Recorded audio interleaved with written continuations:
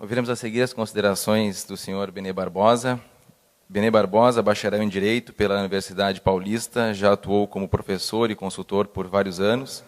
Especialista em segurança pública, Benê Barbosa é, desde 2004, presidente da ONG Movimento Viva Brasil, que defende a ideia de que, quando se desarma o cidadão, os índices de violência não diminuem e os criminosos se sentem encorajados a cometer mais delitos. Com a palavra, por favor, Benê Barbosa. Obrigado. Primeiramente, um bom dia a todos que aqui estão. O meu agradecimento aos organizadores aqui do fórum, não só um agradecimento pessoal, porque para mim é efetivamente uma grande honra estar aqui hoje, mas um agradecimento pela chance de se falar de segurança pública, ou melhor, de insegurança pública, num foco completamente diferente, de uma forma praticamente inédita no Brasil, e que é um dos grandes problemas que a insegurança pública traz para todos nós como cidadãos e para todos que sofrem deste mal no país. Que é um grande efeito, nós vemos o efeito da insegurança com os homicídios, com os roubos, com o medo. Mas nós temos também aquilo que a gente não vê, e é a insegurança pública gerando a restrição de direitos, a diminuição das liberdades e das garantias individuais. Isso acontece de duas formas. A primeira, de uma autorregulação, de uma autorrestrição. É quando o cidadão decide que ele não pode ou não deve ir em determinados locais ou determinados horários, porque ele corre o risco de se tornar mais uma vítima. É quando ele decide que ele não pode usar um determinado relógio, e as moças não podem usar uma determinada joia, porque isso vai atrair a atenção dos criminosos. Você se restringe por questão da segurança pública.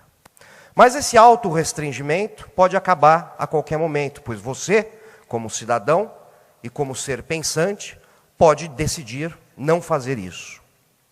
O grande perigo e o grande problema é quando o Estado assume para ele essa tutela. Quando ele resolve decidir por você o que é mais seguro e o que é menos seguro. O que é melhor ou o que é pior para a sua família.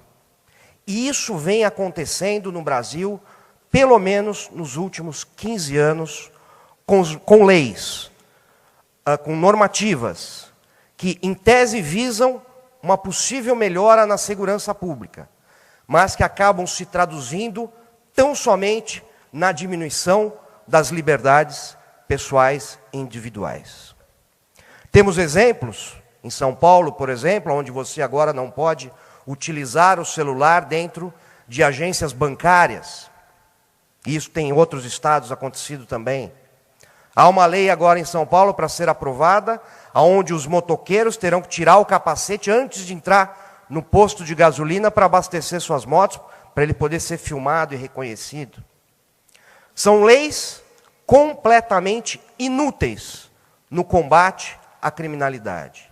Simplesmente porque, mesmo que houvesse algum efeito, esse criminoso que fazia as famosas saidinhas de banco, ele vai mudar de área, ele não vai deixar de ser bandido. Ele não vai olhar e falar, puxa vida, agora acabaram com o meu ganha-pão, vou ter que procurar emprego, sair e trabalhar. Claro que não, ele vai simplesmente migrar. Mas nos últimos 10 anos, obrigado.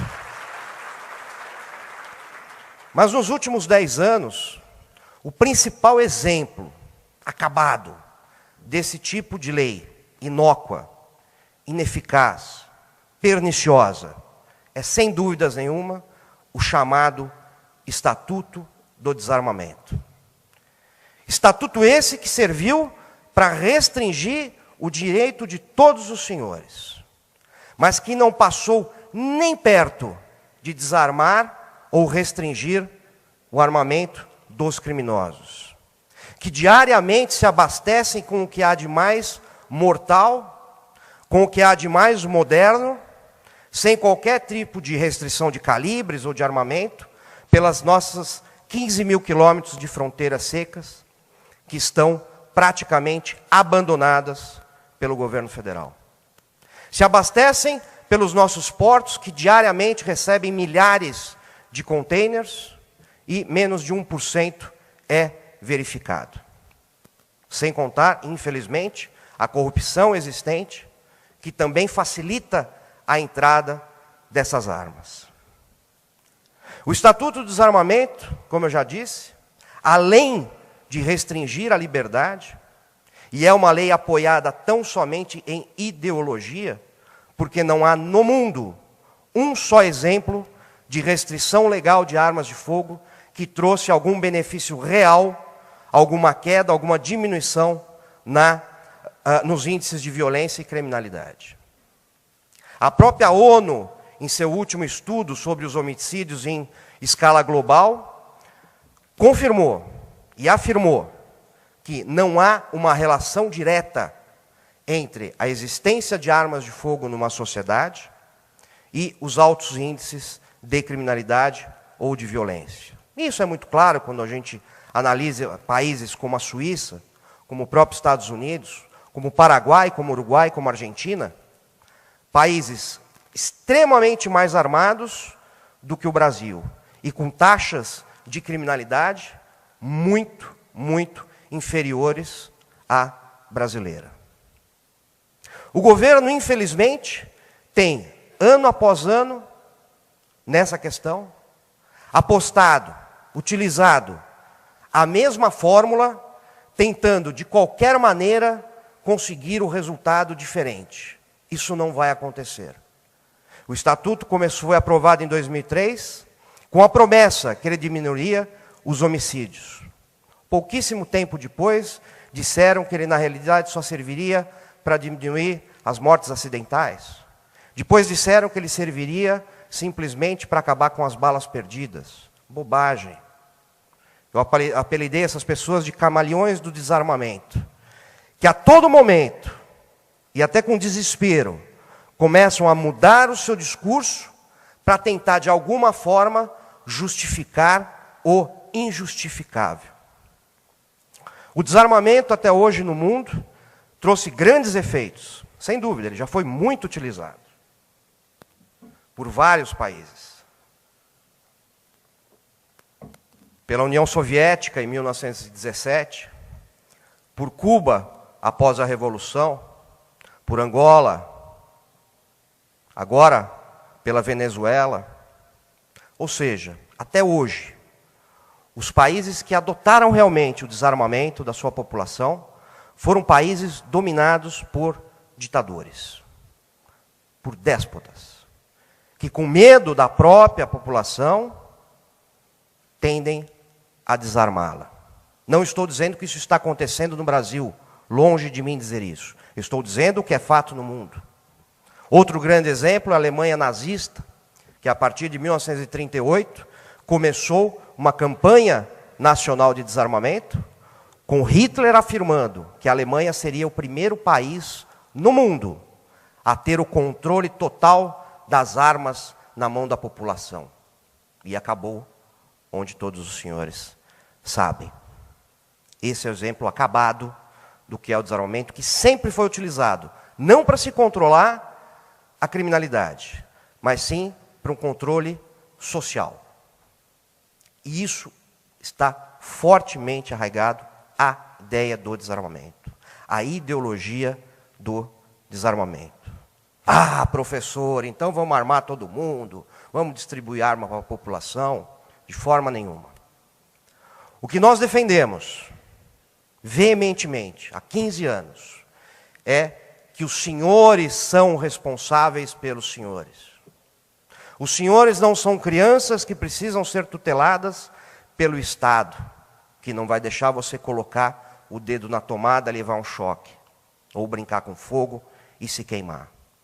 E, ultimamente, é assim que um governo, uma boa parte do governo, uma boa parte dos nossos legisladores está nos tratando. Estão criando, como já foi definido num livro muito importante, o Estado babá. E a insegurança pública é essencial para que isso aconteça. Porque a pessoa com medo começa a aceitar esse tipo de restrição. Começa a achar melhor que alguém cuidar da sua segurança totalmente.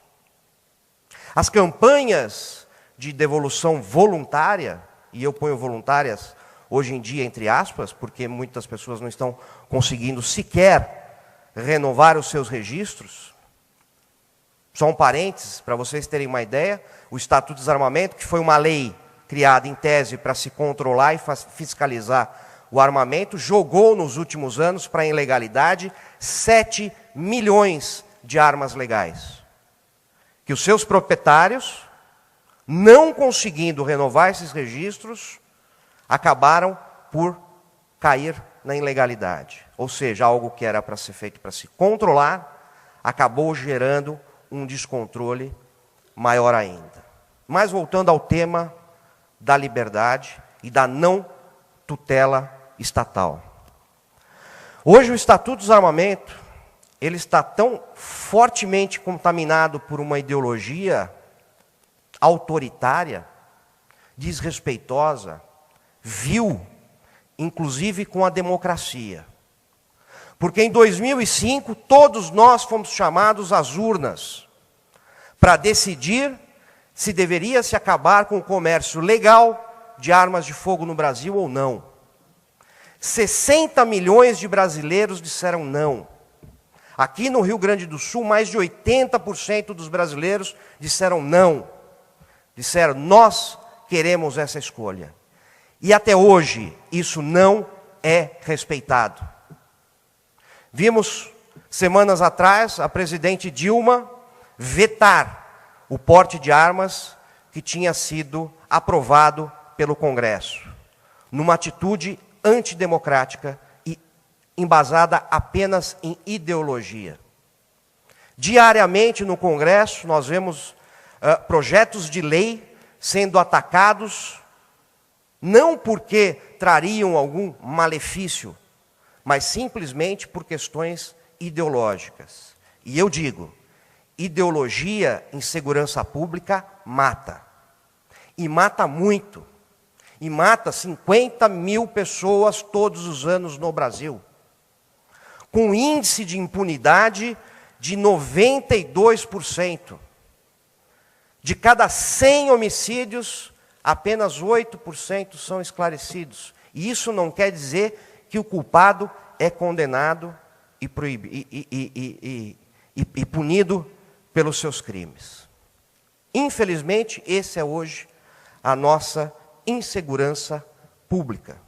Como eu disse, baseada apenas em ideologia e gerando restrições de direito inaceitáveis para a população.